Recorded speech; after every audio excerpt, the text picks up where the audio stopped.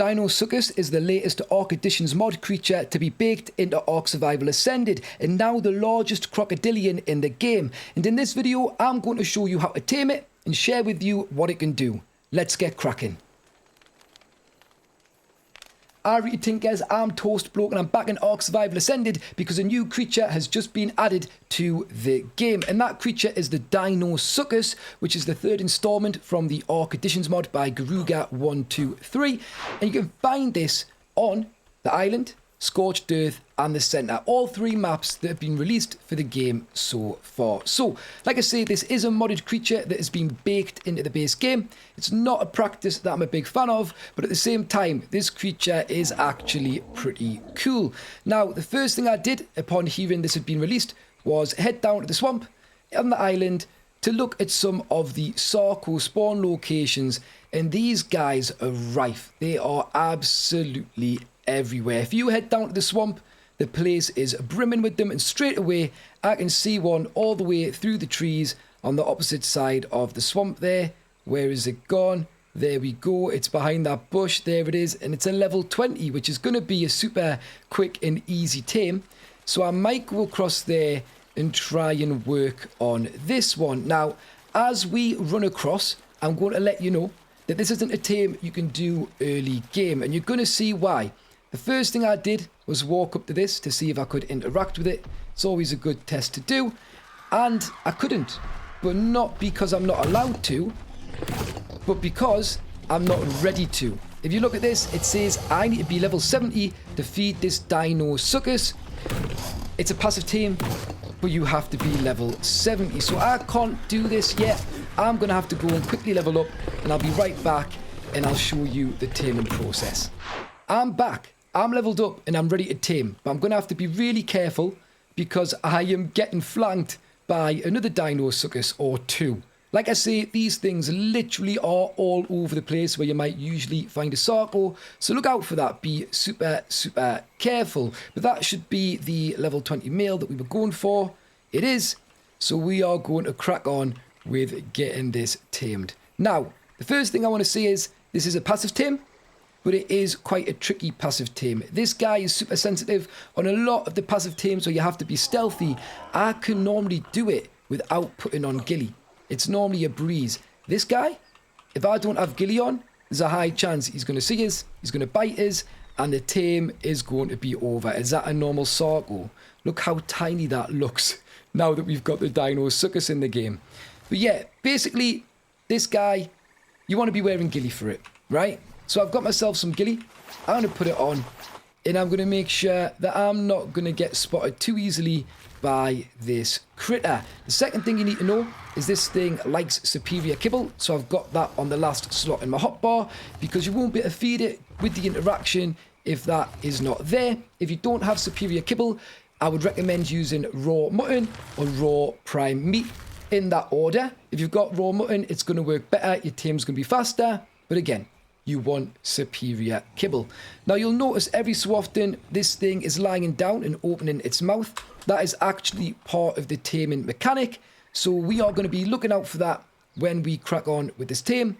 Before I do, I want to come out of creative mode because I like my tames to be authentic, and I don't want to be invincible at this thing. I want to make sure that when I tame this, I'm taming it properly. So I might get rid of this Sarco and then we'll crack on. I think we are ready to get started. I've got my superior kibble in the last slot of my hotbar as I need, and I've got my ghillie on. Now, for this tame, you just want to follow it around, stay as close as you can.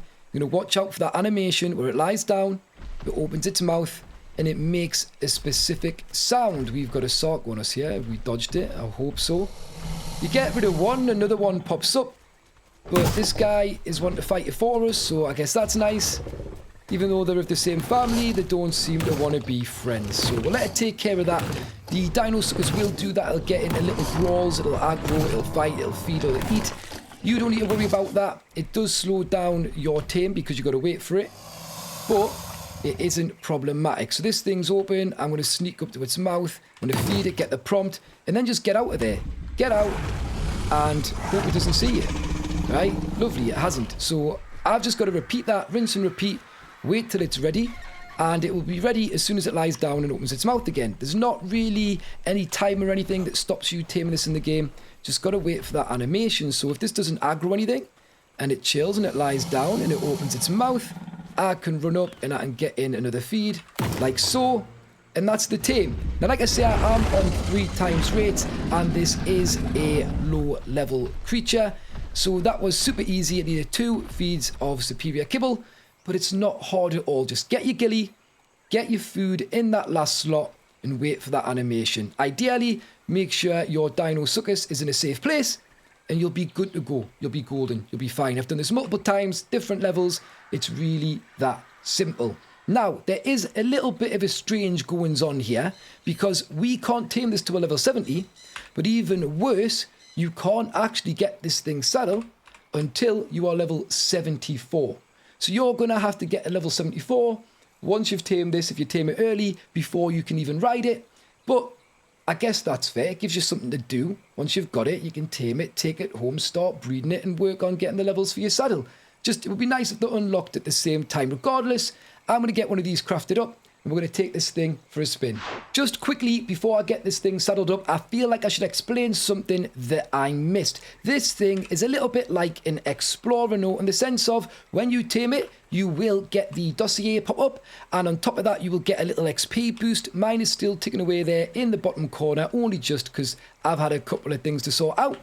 But that is something that happens when you tame this for the first time, so bear that in mind. It's a little nice extra that you will get for taming one of these guys. Let's get the saddle on though. We're going to pop this straight on. And the first thing I'm going to talk about, because it's the first thing we're going to do, is movement. Now, if you just walk with this guy, he is super slow. So slow. I don't think I'll ever be walking around without holding down sprint, because when you hit sprint, there's quite a difference. I don't mind this pace. The only issue is that is going to eat through my stamina. When we get into the water, it's much the same story. If I'm not sprinting, we're just meandering along, super chill. And if I hold sprint, we've got some decent kick, we've got some decent speed. Very much like the Sarko in the way it behaves movement-wise. It's just a lot slower, but seems like a fair trade-off for the size, for the tankiness, and for the power that this thing has. We'll get onto that next, because we are going to be talking about this thing's attacks, and it has 3 attacks that you're going to want to know about. Your primary attack is a bite, and the cool thing about this bite is it's very much like the Ceratosaurus. If you turn and bite, this thing will pivot on the spot to face the direction you're in. I wish more creatures on ARK had this, because I'm not being funny. Sometimes you'll be fighting, something will get up behind you, it's faster than you, and you can't turn around quick enough to attack it. So just being able to pivot like that on the spot to attack is a really nice feature. I'm going to look at the third attack, which is your crouch button attack next. That is the tail whip, and you can just attack that and swipe things with great power from wherever you are facing. It does use a fair bit of stamina, but not that much, a little bit more than the bite, but you can do a lot with this. What I am noticing is, if you hit that once and you go to hit it straight away, it won't. There is a bit of a cooldown on the tail whip before you can use it again. So bear that in mind. Don't think you can just go in there whipping your tail away like you can on some creatures. You are limited. And the reason I've kept the secondary attack till last is because this one is the main event, and it's a little bit more complicated to explain. You'll notice at the bottom left, next to my hotbar there, we have an icon. I can show you that says a gigabyte ready. So this secondary attack is called the gigabyte, and it is a charge attack that causes bleed damage, which is silly. Now, the first thing I want to say is you have to hold down your secondary attack button, and it will charge up with that bar. If you let it charge to 100 and let go, you will have a very powerful bite. If you don't let it charge all the way, it'll be slightly less powerful depending on what percentage you're at. 10% is going to be less powerful than 40%, etc. But you can also bite a lot quicker that way. Now, when I let go of this attack, that is when the attack will happen. And you will notice the icon on the bottom left will deplete, and there will be a 15-second cooldown before I can use this bite again. The nice thing is I can walk around, I can sprint around even if it's a reduced speed while having this attack charged and ready to fire. I'm going to let go of that now just to show you what happens. That goes down, we have the 15-second timer, and we can't use it again. It also uses absolutely loads of stamina if you fully charge that to 100. So bear those things in mind, but that is a super powerful attack that causes bleed. And I think we should probably go and try that out properly now so you can see what I'm talking about. Looks like I found myself a Bronto here. Let's check the level on this. It is a level 60. Let's bear in mind that my Deinosuchus is only level 31 and it's only got 259 melee, right? I'm going to see what this Gigabyte can do. I'm going to get charged up by holding down my secondary attack button. Its jaw opens, holds it open like that, and then I'm just going to walk up and I'm going to release this attack on this Bronto. Bang! You can see the blood spurts coming out there. That is tick damage. I believe it's percentage based, so if you do it on a bigger creature, even better. And already this thing is bloody. With one bite, I've done so much to this one creature. The 15 seconds is up, so I can charge this up again. I'm just going to rinse and repeat. Let's get it all the way. Watch that stamina drop as well in the top corner when I release this. It's a good amount. Did I hit the shot? I think I missed. Apparently hitting its leg doesn't count, so I'm going to charge this up again. My creature is absolutely tanking these hits. It's not having any problem taking this at all. Let's quickly recharge. I'm going to have to get stuck right in there. I'm going to go for 100% again. Just move in, make sure we're going to get its tummy. Bite. There we go. That was a good bite, right? I'm not seeing the bleed. Does the bleed only happen on your first go? Because this thing is looking worse off. Oh no, there we go. There's the bleed. There's the bleed. The animation just seems to be a little bit sketchy at the minute, but there is tick damage happening. I'm going to charge up for a third time. Hopefully this is the final time. And I'm going to get in there and I'm going to just give it a big bite. There we go. And the tick damage should be ticking away. Again, I'm not seeing it. Be interesting if this thing just dies while I'm waiting to recharge. Oh, there we go. There we go. Is it because of where it stood? Is it got to be moving? Does it not take the tick damage unless it's moving? Maybe that's the case. If that's the case, that's a little bit silly. I might just quickly test that out, but this could just be being a little bit funny. Creature has just been added to the game.